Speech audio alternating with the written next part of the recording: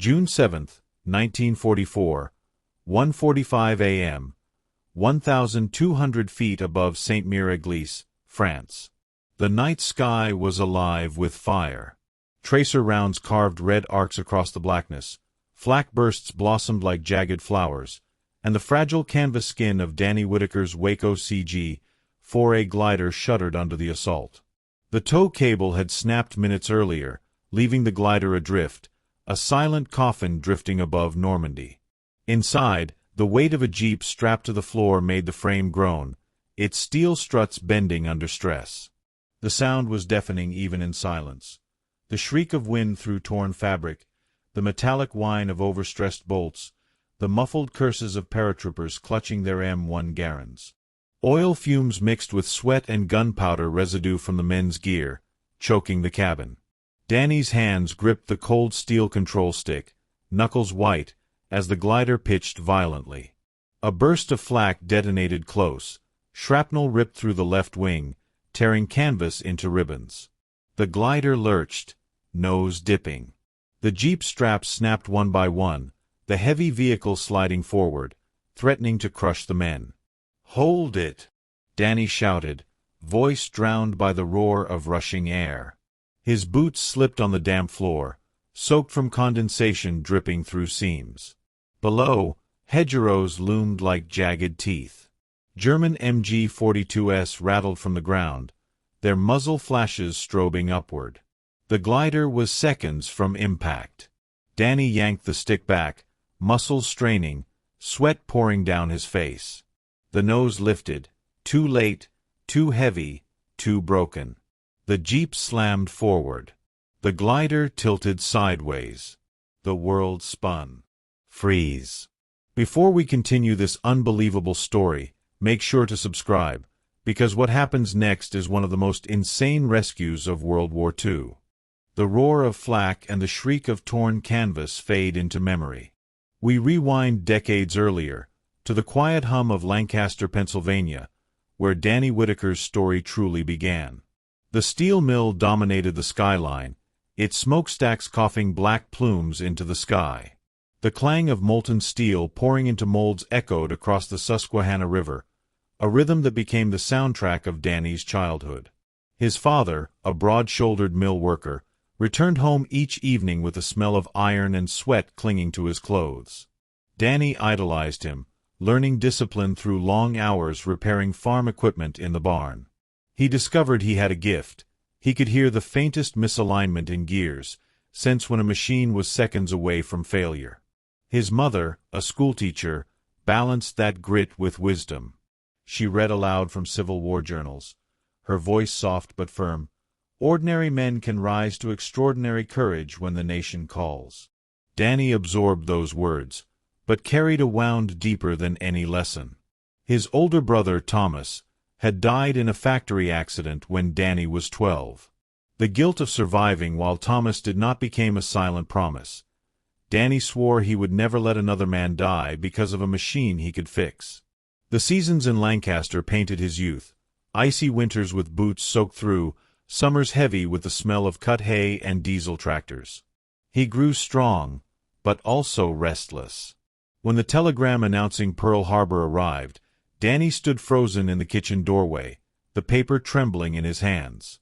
His father's jaw tightened, his mother's eyes filled with tears. Danny knew instantly.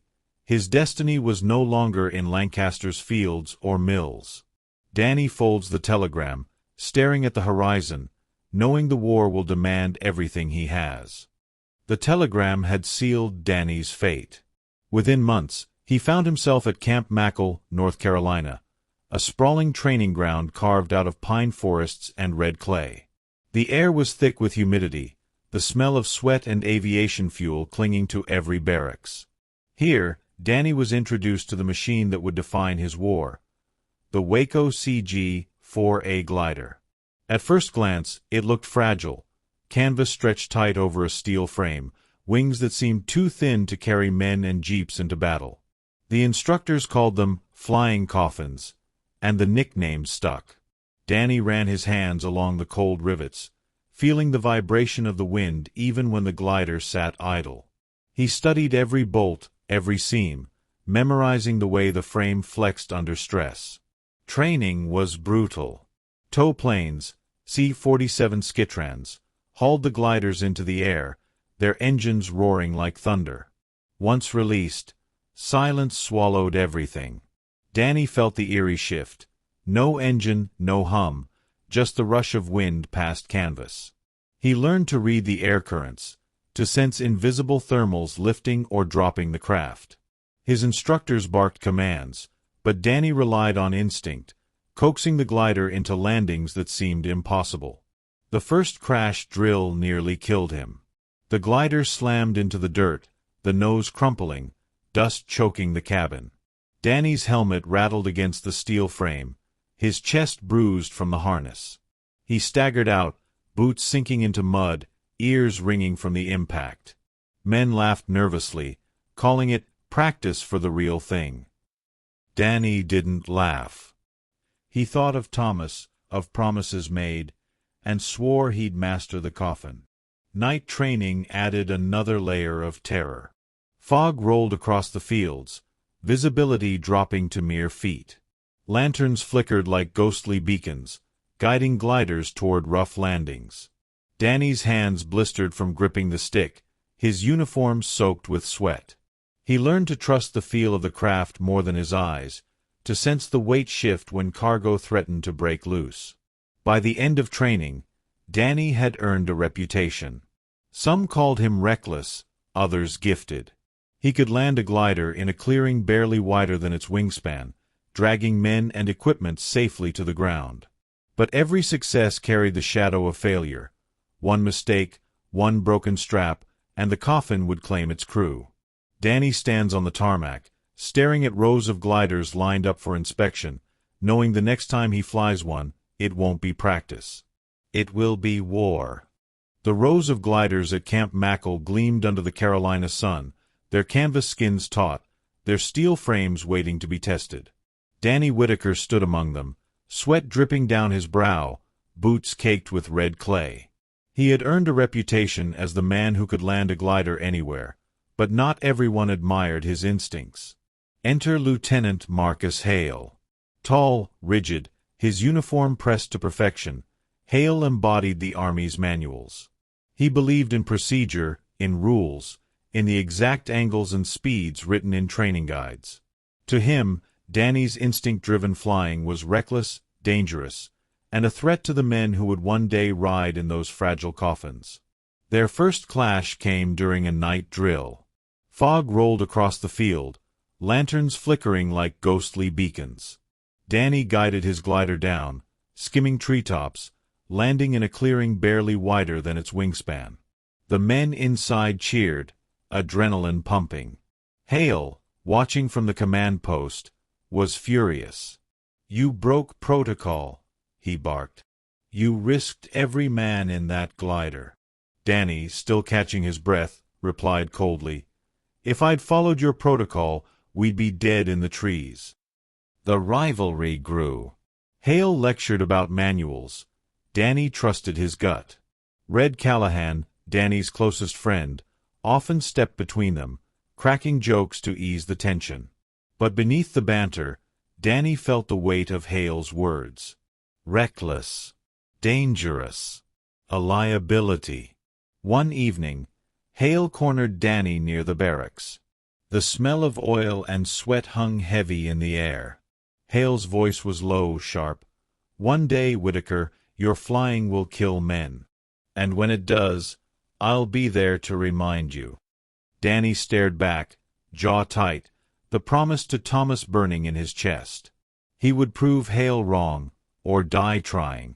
Hale's warning echoes in Danny's mind as orders arrive. His unit is shipping out to Europe. The rivalry is no longer training. It will play out in war. The orders came on the eve of June 6, 1944. Operation Neptune, the airborne spearhead of the Normandy invasion, was underway. Danny Whitaker's assignment was clear. Pilot a Waco CG 4A glider loaded with a jeep, ammunition, and supplies, and deliver them behind German lines near St. Mir-Église. The men inside were tense, faces pale under the dim red glow of the cabin lamps. Each clutched their M1 Garand, fingers brushing ammo clips as if reassurance could be found in cold steel. The glider rattled violently as the C-47 Skitran tow plane dragged it through the night sky. The roar of twin radial engines thundered ahead, vibrating through the tow cable. Inside the glider, every sound was magnified. The rattle of the Jeep's mounted Browning M1919, the clink of ammo belts, the creak of straps straining against weight. Sweat dripped down Danny's temples, mixing with the smell of aviation fuel and damp canvas. His boots pressed against the rudder pedals, cold steel biting through the soles. Outside, the weather turned against them. A crosswind swept across the formation, buffeting the glider. Fog rolled in from the channel, visibility dropping to a ghostly haze. Danny squinted through the plexiglass nose, eyes straining against the blur of tracer fire streaking upward. The air was alive with chaos. Flak bursts thundered, echoing like distant artillery, while the acrid smell of cordite seeped into the cabin. Then it happened. A burst of flak exploded dangerously close, rocking the tow plane. The cable snapped with a metallic crack, recoiling like a whip. Suddenly, silence swallowed the glider. No engine, no hum, just the rush of wind past canvas. The men inside froze, eyes wide.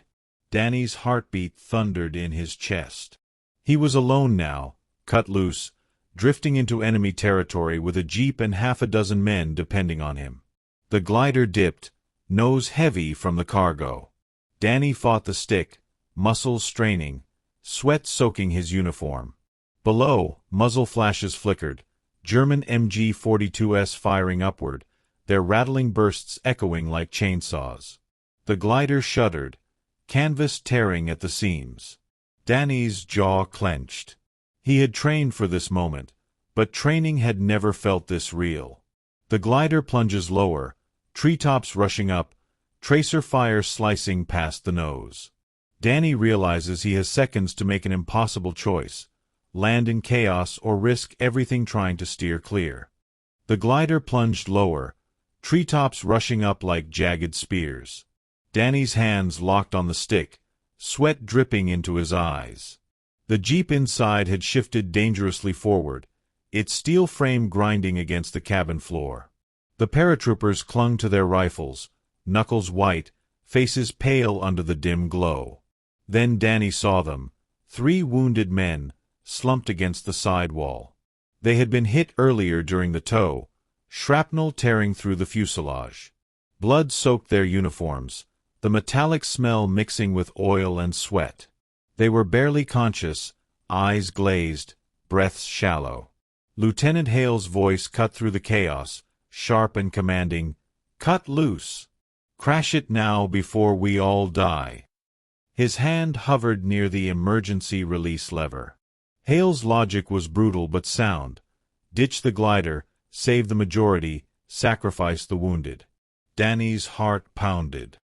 He thought of Thomas, of promises made in Lancaster's steel-shadowed nights. He couldn't let men die because of a machine, or because of fear. "No," Danny growled, voice hoarse. "We're taking them with us." He ignored Hale's glare and focused on the air currents. The glider was crippled, but Danny felt the subtle lift of a thermal rising from the hedgerows. He angled the wings, coaxing the coffin to ride the invisible stream. The canvas groaned, bolts rattled, but the nose lifted just enough to clear the treetops. Below, German MG-42s opened fire. The rattling bursts echoed like chainsaws, tracers slicing past the nose. Bullets punched holes through canvas, splinters flying. The paratroopers returned fire, M1 Garands cracking, muzzle flashes lighting the cabin. The jeep's mounted Browning M1919 roared, its belt-fed rounds hammering into the darkness. Danny's arms trembled from the strain, every muscle burning. The glider skimmed treetops, branches scraping the fuselage. He could feel the weight of every man inside, the burden of every decision. Hale shouted again, but Danny blocked him out. His instincts screamed, ride the thermal, steer toward the hedgerow, land or die trying. The glider dips lower, enemy fire intensifying, a Panzer engine rumbling in the distance. Danny knows the next seconds will decide whether 3 wounded men live, or vanish into the night forever. The crippled glider skimmed the treetops, canvas shredding, bolts rattling loose. Danny's arms trembled as he fought the stick, sweat dripping into his eyes. Below, the hedgerows of Normandy loomed like jagged walls, muzzle flashes strobing upward. The rattling bursts of German MG-42s echoed like chainsaws, tracers slicing past the nose. Inside, chaos reigned. The jeep broke free of its straps, steel frame grinding forward. With a final lurch, it crashed through the glider's side, splintering canvas and steel. The paratroopers shouted, firing their M1 Garans through the torn fuselage. The jeep's mounted Browning M1919 roared to life, belt-fed rounds hammering into the darkness. The smell of gunpowder mixed with oil and sweat, choking the cabin. Danny's instincts screamed. He angled the wings, forcing the glider into a suicidal descent. The hedgerow rushed up, branches scraped, canvas tore, the nose slammed into mud. The impact rattled bones, helmets clanged against steel, boots sank into wet earth. The glider lay broken, but alive. Bullets tore through the wreckage. German infantry advanced, MG-42s rattling, muzzle flashes lighting the night. Danny staggered to his feet, dragging the 3 wounded men from the wreckage. Their uniforms were soaked with blood, breaths shallow, eyes glazed. He hauled them one by one, mud sucking at his boots, heart pounding like a drum. Red Callahan fired bursts from the jeep's Browning, brass casings clinking onto the mud. The paratroopers shouted, their Garans cracking, muzzle flashes illuminating terrified faces. Smoke filled the hedgerow, acrid and thick, stinging eyes. Danny's muscles burned, every step a battle against exhaustion. Then came the rumble. Deep, metallic, unmistakable, the growl of a Panzer IV engine. Its silhouette loomed through the smoke, turret swiveling, cannon glinting in the moonlight. The ground shook as its treads crushed the hedgerow, mud spraying. Danny froze, wounded men slung across his shoulders. The Panzer's barrel leveled at the wreckage. The glider was a coffin once more, seconds from obliteration. The Panzer's cannon flares, smoke billowing, as Danny braces for impact, knowing this moment will decide whether his insane rescue becomes legend or tragedy. The Panzer's cannon flared, a blinding flash tearing through the night. The shell screamed overhead, detonating beyond the hedgerow in a thunderous blast that shook the earth. Mud and smoke rained down, choking the air. Danny staggered, clutching the wounded men, ears ringing from the explosion. The battlefield fell into a surreal silence, broken only by the crackle of burning canvas. The glider lay shattered, its frame twisted, wings torn, but it had done its duty. Danny collapsed beside the survivors, chest heaving, mud streaking his face. Their breaths were shallow but real, proof that his insane gamble had worked. Medics arrived minutes later, their voices urgent, boots splashing through mud. They carried stretchers, bandages, morphine. The smell of antiseptic mingled with cordite and blood. Danny watched as the wounded were lifted away, their lives reclaimed from the jaws of death. Lieutenant Hale approached, his uniform torn, face streaked with grime. For once, his rigid posture faltered.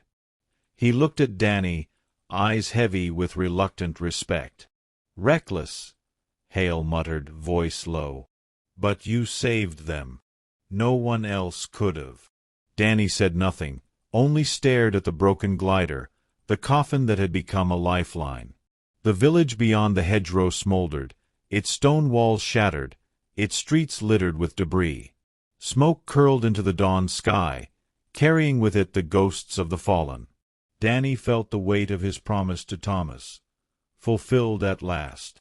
He had refused to let men die because of a machine, and in doing so, had carved a legend from chaos. 3 men breathing who should have been ghosts, a glider broken but victorious, and a pilot who had defied death itself.